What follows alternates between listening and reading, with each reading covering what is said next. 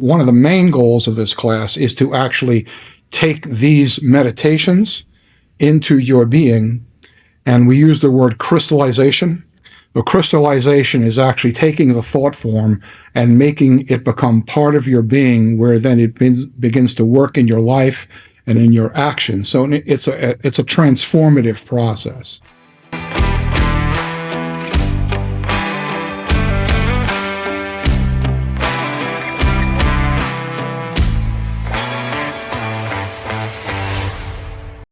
I'm really honored to have both of you here, Reverend Gregory Rev and Reverend Kathleen James. You've been teaching spirituality courses for a long time. Kathy, you are a medium. Yes. You do mediumship classes. You teach people how to get in touch with spirit, and you feel everyone should be empowered, can be empowered to do that. Yeah, and their higher self, to have a clear connection. I'd love to have you on another show to talk about this. Today we're here to talk about metaphysics, and you also teach a metaphysics class based on the teachings of William Daut. Yeah, I wouldn't say they were his teachings. I would say that the teachings came through him. He doesn't claim any authorship. Okay, so they came... Very important point. Okay, so let's not skip that point. He doesn't claim authorship. So Correct. How did his teachings manifest in this world? Please. That's a very good question. Okay.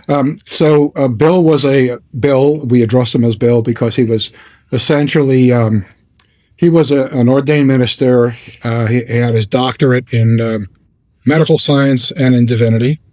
And But he was a very relaxed individual. As a matter of fact, if you met him, you would not think, gee, I'm speaking with an enlightened master. He was basically you'd say he's a silly old man in a wheelchair who sometimes told off-color jokes. And then he would sit up in front of the class, and then all of a sudden another being, which was part of his, would step forward, and he would begin to teach. So, but to answer your previous question, the lessons themselves were done through automatic typing. So, essentially, Bill would put his hands on the keyboard and go into trance. And when I say go into trance, he was gone. And he would then wake up, and there would be a stack of lessons sitting on the table. I want to express my sincere thanks for your being here. And I'd like to ask you a favor that will help us to bring you more great guests. Please like, subscribe, and let us know what you think in the comments. Don't forget to check out that little webpage note on the left bottom of your screen. It's a platform for locals to find and create local communities.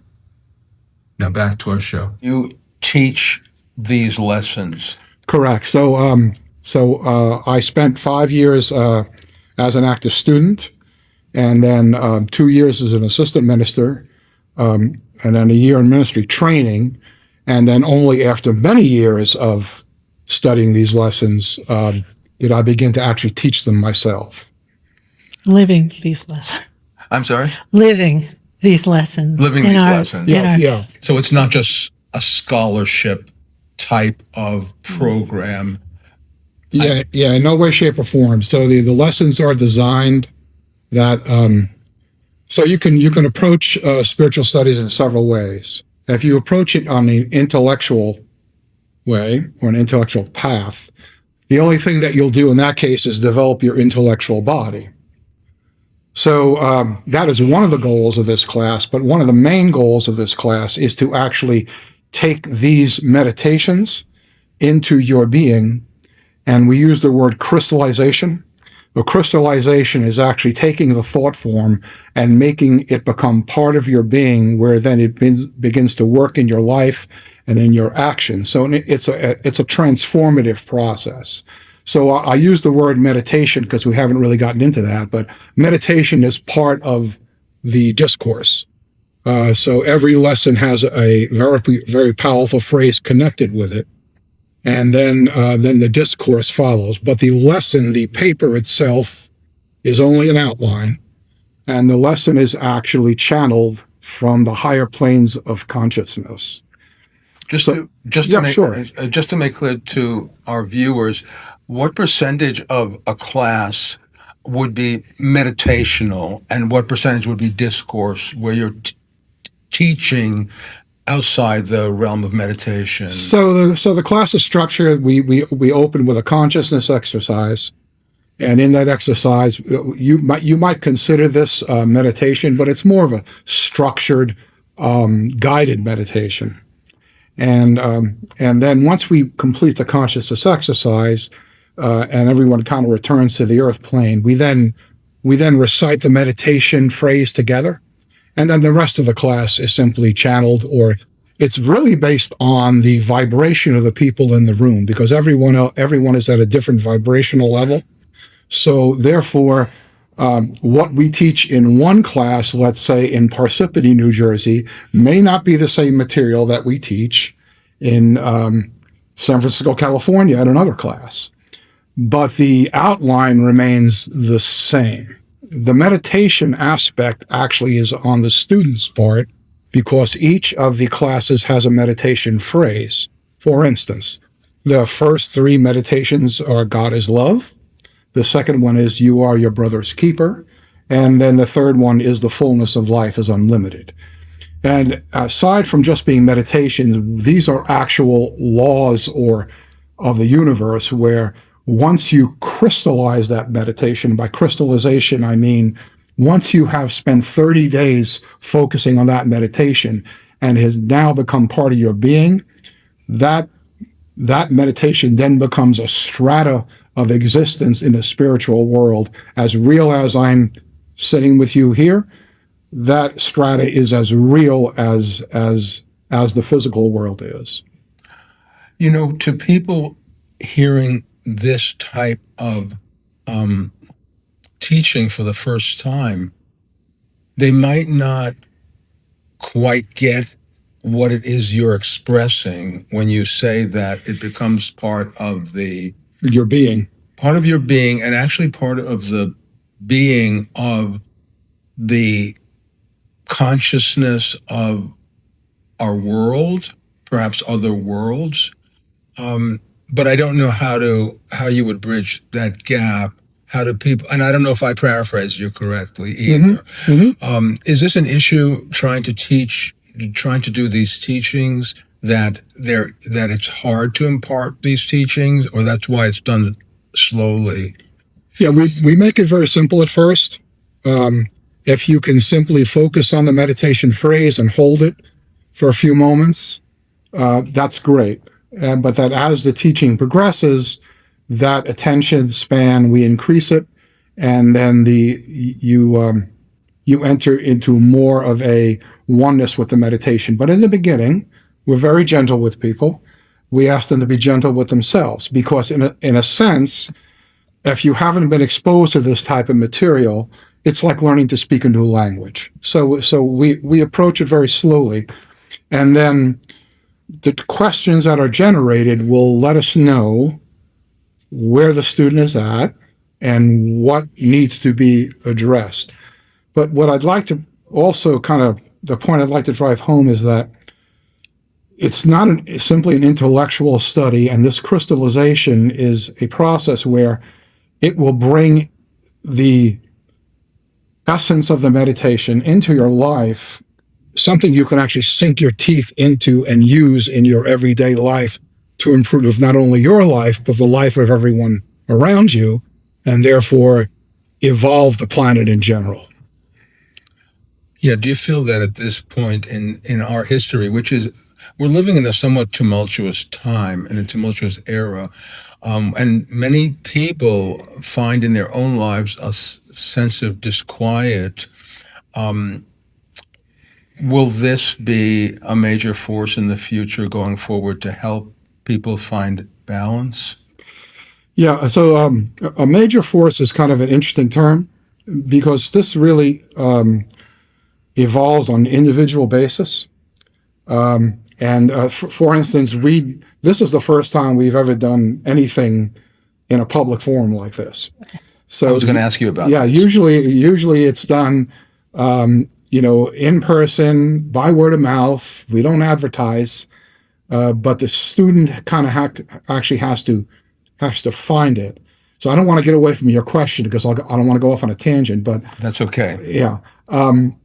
So once the student has kind of found this, and there's a relationship that goes on. There's a student-teacher relationship that goes on, and the biggest hurdle that we find, being that we are in a later stages of the quote unquote Aquarian age, is that there's a lot of things out there. There are a lot of, there's Reiki and there's healing and there's all kinds of modalities out there. What we ask is that you put aside anything that you believe at the moment and embrace this as if you are embracing a new concept. Be in a sense, be vulnerable to reality so you can give up what you are for what you can become. Now, we don't want you to ignore what you've experienced in life because it brought you where you are today. So I might have dodged the question a little bit, so you can bring me back. And I'll always bring you back. Thanks. I was going to make a point about something you said. To research this, I looked up William Daut. Very thorough research, by the way. And his name is Daut, and I looked it up, but there's no books of his available. Never wrote any. His lessons are not available. So really what you're doing, and I think there's very few people who are doing this, teaching his automatic writing, automatic typing, which was pretty voluminous. So it's not really available out there very much. Just a few people. The reason that the lessons haven't been made public is the same reason that many esoteric teachings have not been made public over the years. It's only now at this stage of humanity's evolution that we can actually set up cameras, have an interview, and openly talk about this, because let's face it, when we first started these lessons back in 1975, people didn't know the difference between yoga and yogurt. But now things have progressed. The teachings were protected in such a way that if you approach a spiritual teacher in this type of discipline, essentially the teacher, they would take you out on a rowboat with a stone and have you row out to the middle of the lake. And then the teacher would hand you a piece of chalk and he'd say, let's put a date on the stone. Put today's date on there. So you'd write down July 24th. That's great. So now, why don't you put your name on there too? So you'd write your name out there. And then the teacher would look deeply into your eyes and say, now write on the bottom of this date died. Okay, that sounds scary. And so you carefully write that. So that's great. Now push the stone over. So he'd push the stone into the water. And he would tell you, now, your old life as you knew it does not exist, and your new name is this. And then you rowed ashore and you were happy he didn't kill you. So therefore, that's how the teachings were protected in many, many ways. Humanity has evolved now where we can openly now start to discuss these things and not be fitted for a straitjacket. When you say this, it makes me think of a thought I've had, and I don't know how you would view this, that there could be someone totally unheralded on Earth who has a certain consciousness experience, and having this experience actually changes the consciousness of the planet, as because we all have an effect on the I don't know, I'm making up a word, overconsciousness of the planet. So what do you think about that concept? I think that the more that enlightenment reaches the beings on the planet, essentially we will completely spiritualize the planet and actually help it to its next phase of evolution. So therefore, we feel rather strongly right now that we should bring these out into the general public, and we should openly talk about it. and we should be in a forum like this. So I think it's critical at this stage of the game, especially, as you mentioned earlier, the upheaval that humanity's going through at this during this time. But if you really look back, it's always kind of been a disruptive time, right? There's always been war. There's always been upheaval. That's true. Now that we have the internet and we have mass media, we're more aware of it. So our consciousness has evolved to the point where we know what's going on, which even gives us more impetus to want to implement change, but not change in a radical way. We don't want to try and change people's behaviors. We first want to change the way that they think, the way that they feel, and the way that they relate to one another. And as the brotherhood of humanity, that's really the goal here, because these lessons are an emanation, and for lack of a better term, an emanation of the great white brotherhood of humanity, which, because of the political atmosphere now, will probably have to change the name. Because that was not a racial term. That is what has been known as. So there are beings incarnate on the earth plane and beings incarnate in the spiritual plane who are strictly dedicated to the evolution of humanity. And they actually, as Kathy pointed out earlier, they are actually working through, this is one of the mediums that they're working through to accomplish that great goal. So the kind of universe or world that you're describing is a very different kind of universe than even the major religions would envision for humanity, because the major religions say a lot of the same things,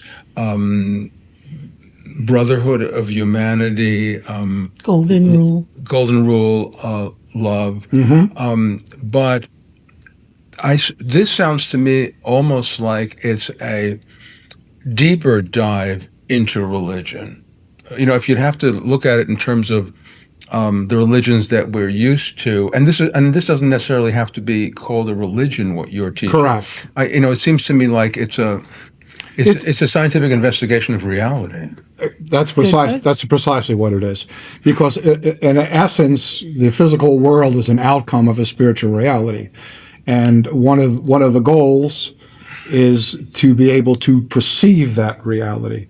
The problem being is that between what we term spiritual reality, and our everyday kind of bull at the gate kind of life, we have a lot of opinions and preconceived ideas, and we have a lot of emotions about things that kind of cloud everything.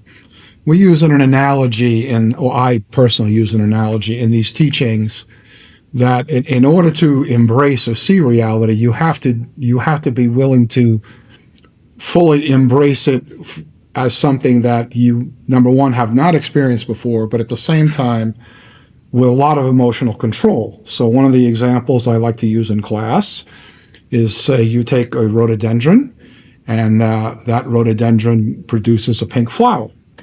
Well, you as a person look at the pink flower, and you may have an emotional reaction to that. You may like the color pink. You may have had a teacher in school that hit you with a ruler who wore a pink sweater, so you may have a negative reaction to the color pink. But your reaction to the color pink has nothing to do with the reality of the rhododendron. From a purely scientific point of view, the rhododendron grows in a certain acid soil, not subject to my opinion. It blooms in May, not subject to my opinion. It has a certain branching effect, not subject to my opinion. So when you approach reality, you have to be willing to accept it for what it actually is.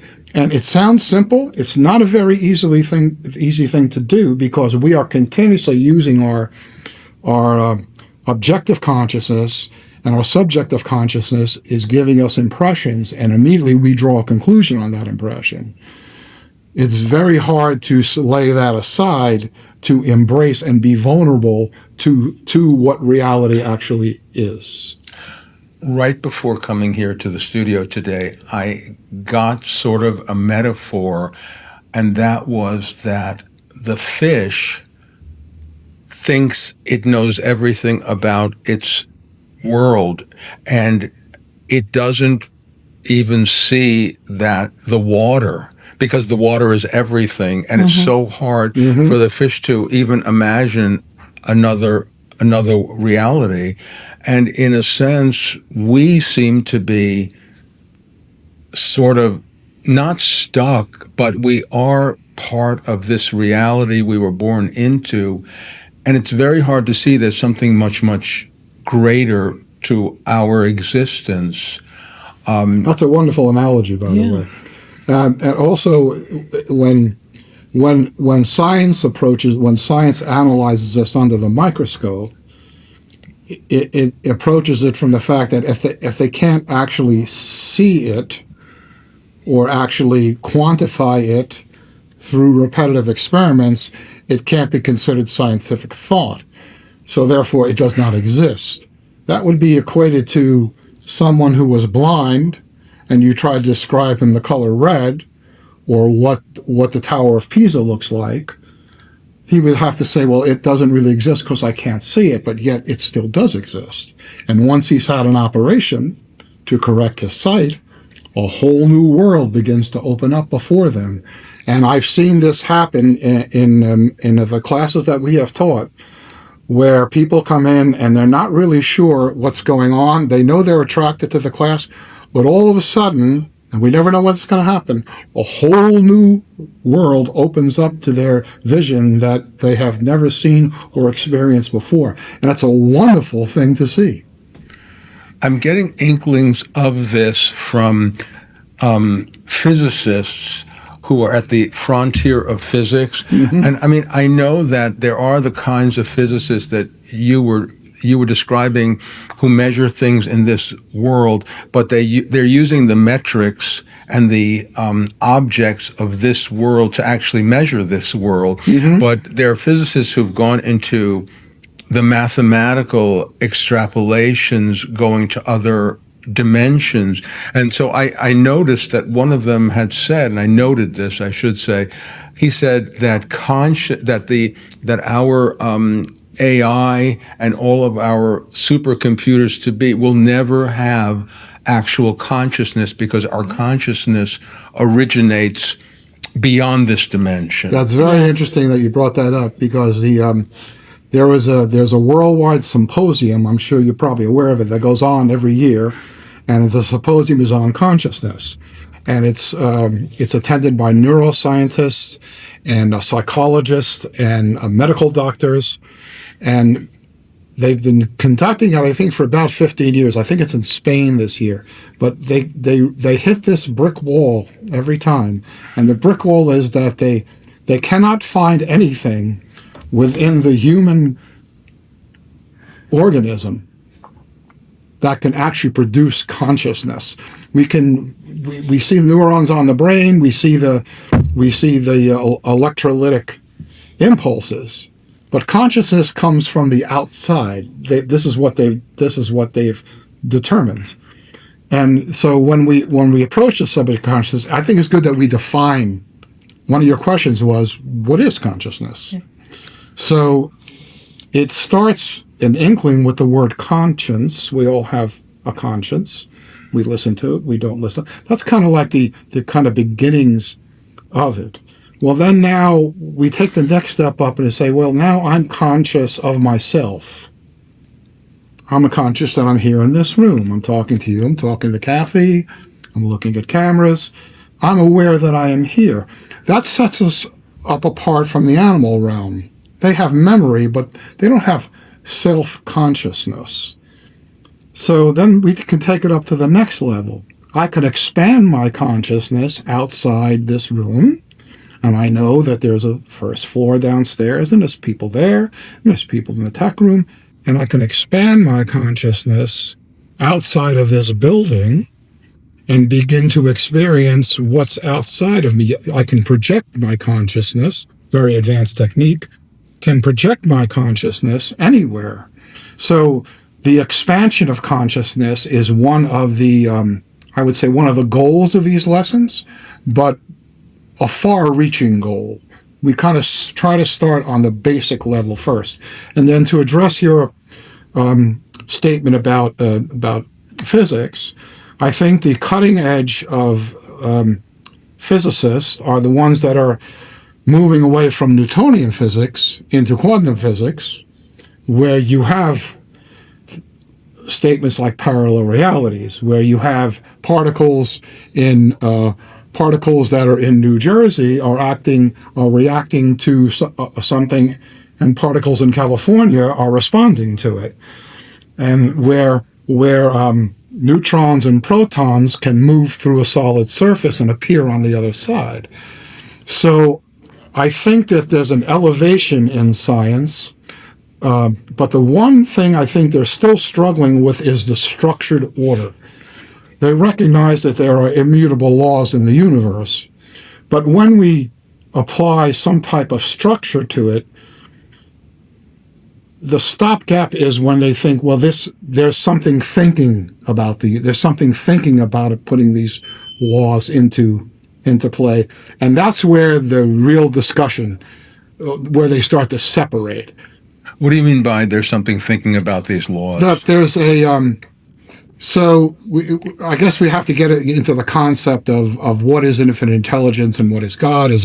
And of course, is it a supreme being? All this kind of thought. And the first premise is that everything lives, moves, and has its being in God, or infinite intelligence. And that we recognize through science and there are certain immutable laws. And we realize these laws operate on Earth, or they operate in Saturn, or in other universes, other solar systems, but they're immutable. So science does admit that there are certain laws, and there is structure to the universe, but the causality of that structure is what comes into question. Why is there structure? How did the structure happen? Why does it exist? Those are the questions that science is struggling with. Well, let me ask you something about these laws. Can the physical, would you call them physical laws? No, I would say that the physical laws are the outcome of spiritual causalities, of the archetype. So in other words, we're looking at the end product, but its emanation is from a spiritual realm. So my question is going to still stand, because the emanation is from a spiritual realm, meaning something beyond or within or beyond metaphysics, beyond and behind the physical world. Physical. So would that mean that it can these laws of physics can evolve? Can the laws of physics evolve based on the evolution of the universal? I would say it's more understanding of the laws of physics that evolves, because truth never changes. Thank you so much for honoring us with your thoughts, and Kathy as well. Thank you. Thank you. Thanks for having us. Pleasure to be here.